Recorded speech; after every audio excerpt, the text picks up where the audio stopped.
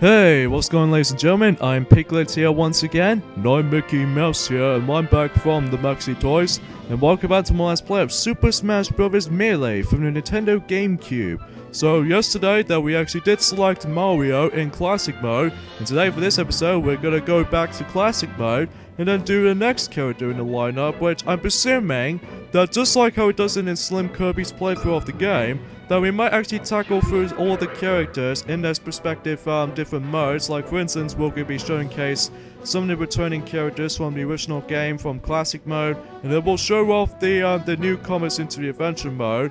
There's one thing we haven't mentioned this in the beginning part of this Let's Play, as well as some bunch of characters for some of the characters for a later time for All-Star Mode, but we'll explain more to that later.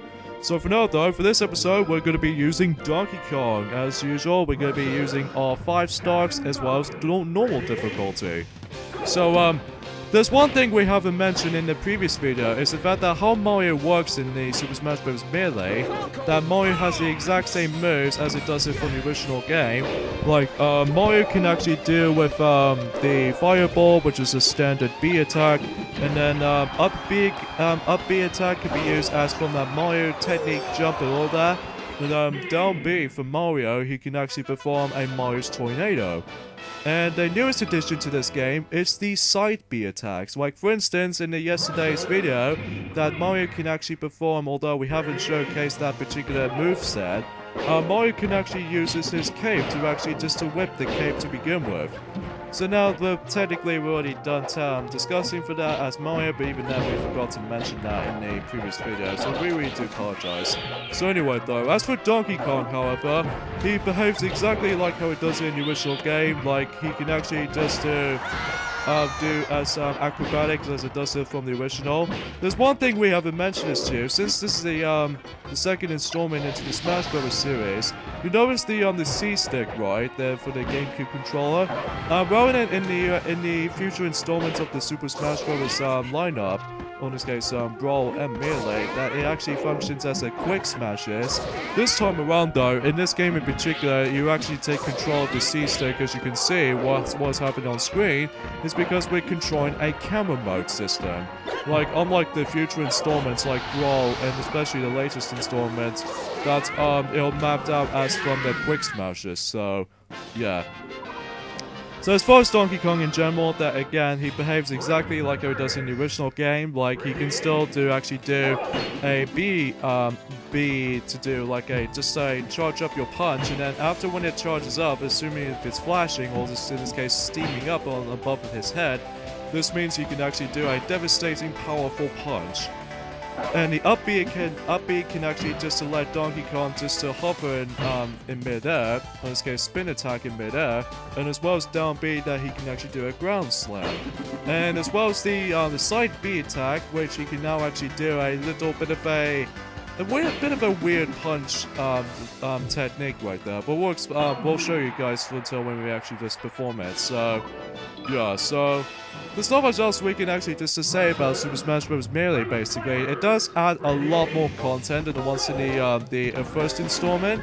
But even then though, that I really do improve of how this game actually influenced the faster fighting system. As well as in that though, that the taunts are still back, but then even now and then, back in the original 64 installment, that the only way you can actually perform taunts is by pressing the L button. If you actually use the Nintendo 64 controller, or else when it does it for the Wii's Virtual Console version, that you can only do a taunt by using the D-pad, just only up. But in this game though, you actually perform some taunts by pressing just the up D-pad up, so that you can actually taunt it to someone or somebody. If you actually just to perform some stuff really well, then by all means you can do that as well. So yeah, there we go. We take down Ice Climbers right here, which is essentially a newcomer, or in this case a newcomer to us a playable character department in this game. But even then though, unfortunately for the Ice Climbers fans out there, that these guys are no longer going to return in the 4th entry in the series, which is a shame really. But even then, it's got been replaced by Duck Hunt Duo, so that's fine by me. But I digress. Now, there's one thing we need to mention about the classic mode anyway, is the fact that we might actually notice something, is that in every odd number stages, that you always have to fight through one-on-one stages or what have you. I'm pretty sure that's what I was correct me if I'm wrong about that, but in this case, every singular matches, you're gonna have to go for one-on-one fights. But then every time when you go into stage 1 and 3 and as well as stage 4 and stage 6, if I do recall, you might actually go ahead and just try to actually, you know, sorry, it has been a really long time since we actually played this game, to be honest, because even then we played the future installments just about recently, just a little while ago. So yeah, we really do apologize for that particular situations. So anyway. So even then though, especially noticeable in the stage 1, 4, and 7, that you always have to go on one-on-one fights, as I said. But then every time when you go into every single stage 2s, you actually go on 2-on-2 fights. And then every single stage 5s, you're gonna have to fight against with the giant battles. In this case, 3 against 1. In this case, 3 players must team up together just to beat the crap out of the giant player. And another noticeable thing here is the fact that every time you revisit to stage 8, you're actually gonna be competing against with the team characters. Like you're going fight like 10 as opposed to 18 in the original game in Yoshi, Team Yoshi, for instance. And against 8 of the Kirbys in the Kirby stage in the original game as well. And I believe also that in the during the fighting Polygon team that you're actually fighting against with 30 of them, but that's no longer noticeable in this game here. So in the new stage we actually been into just recently now for this particular episode for the time, and that was actually the obviously noticeable thing is that Cornera was actually based off of it kind of reminds me of something related to Sector C from the original game. But except the noticeable difference is that you actually can see the city, which is pretty cool, from Cornera. But even then though, Cornera is essentially the homeland of the Star Fox series, excluding if you actually just count for Star Fox 64, of course. So what's different about the race to the finish in this particular game than the ones in the original game? Well, obviously that no fighting polygons are trying to distract you and bumpers and stuff. Granted, you might actually encounter some different obstacles, like for instance, you actually have 3 forks in a road, which means it actually takes you into different routes you can take. Like the top half, which you're gonna have to dodge those spikes, and the second route, or in this case the second route, is the fact that you need to dodge every single lava, and you have to land on the platform and all that kinds of stuff.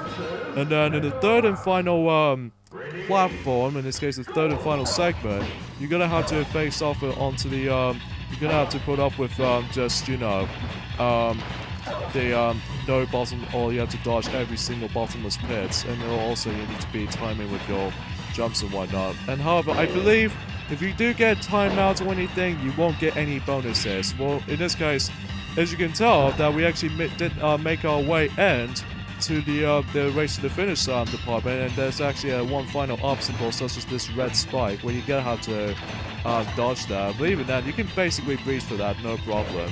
But I digress though.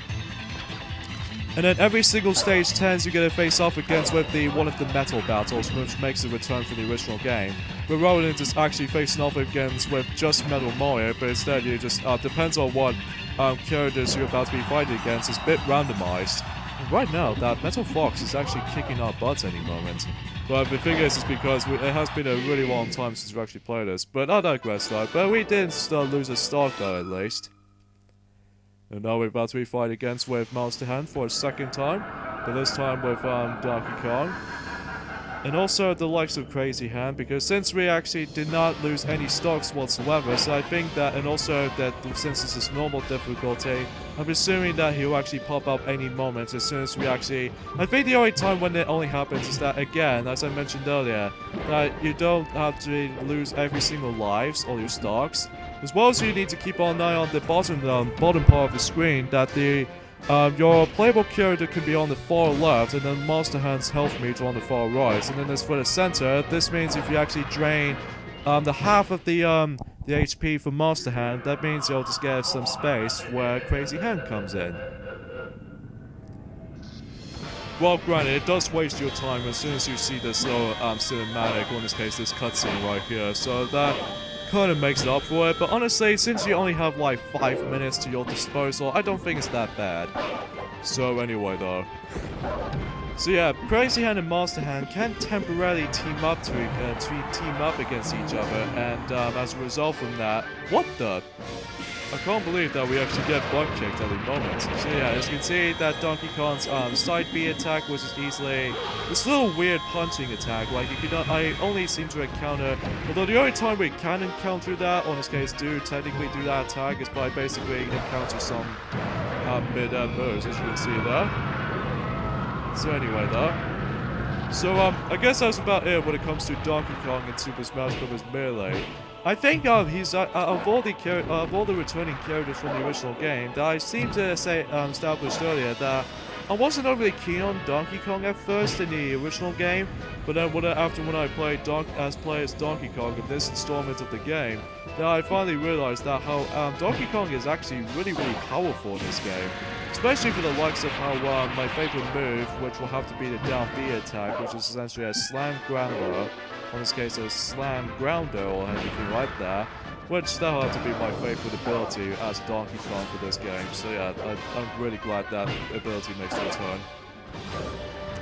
So yeah, that's all I can say about this here, although there's a whole bunch of new stages we actually may come across into, like for instance, even though we already saw Mute City from the previous episode, like facing off against with Captain Falcon and everything, and as well as the Great Bay from The Legend of Zelda Majora's Mask that we actually did face off against with the twin Links, mainly young Link and Link himself, and as well as the Klonoa, which we already mentioned.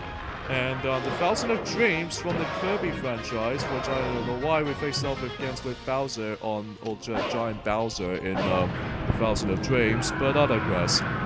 Video game logic or something like that, but I don't know. And another stage we actually come across is the, of course, Rainbow Cruise, which is essentially based off of Rainbow Ride stage on Super Mario 64. And I actually really love the music on the Rainbow Ride music from this particular game right here. I found it to be really energetic and all that kinds of stuff. Alright, I think that's it for Classic Mode as Donkey Kong right here. So overall, he's pretty cool nonetheless though to play as still, and I'm really glad that, you know, the down B attack is actually really overpowered this time. Or mainly the other attacks as well, don't forget. Because, you know, after all, that you actually gonna have, like, more movesets than the ones in the original game. Although, granted, the only time the original game has is only three movesets, but now you actually have 4 set moves, which is pretty impressive. And also, if you want to skip the staff credit sequence, you're gonna have to press the start button, so if you want to skip it, just like the ones in the original game, after all, so... yeah, it's pretty self-explanatory, kind of think about it. So, I don't know what this little S letter means on the bottom left corner, but I don't know what that means though. I'll have my time to find out. But I digress, we only got about 27 hits on that. So let's just see this little epilogue of Donkey Kong's movie clips of, depends on what modes you be selecting, like, you know, the 3 single-player campaigns. So as you can see, that the Donkey Kong is actually gazing at the banana on the screen, and it takes place in Pokemon Stadium. Which, if you couldn't tell from the level already, but we'll explain more to that during the next video. And speaking of the next video, we're gonna have to end things off here. So next time, Let's Play Super Smash Bros. Melee for the Nintendo GameCube. Because of that though, we're going on to the new mode introduced in this game, which is known as Adventure Mode. Battle through various stages. But we'll explain more to that particular mode for the meantime. So anyways, see you guys next time. Later fellas, see you guys then.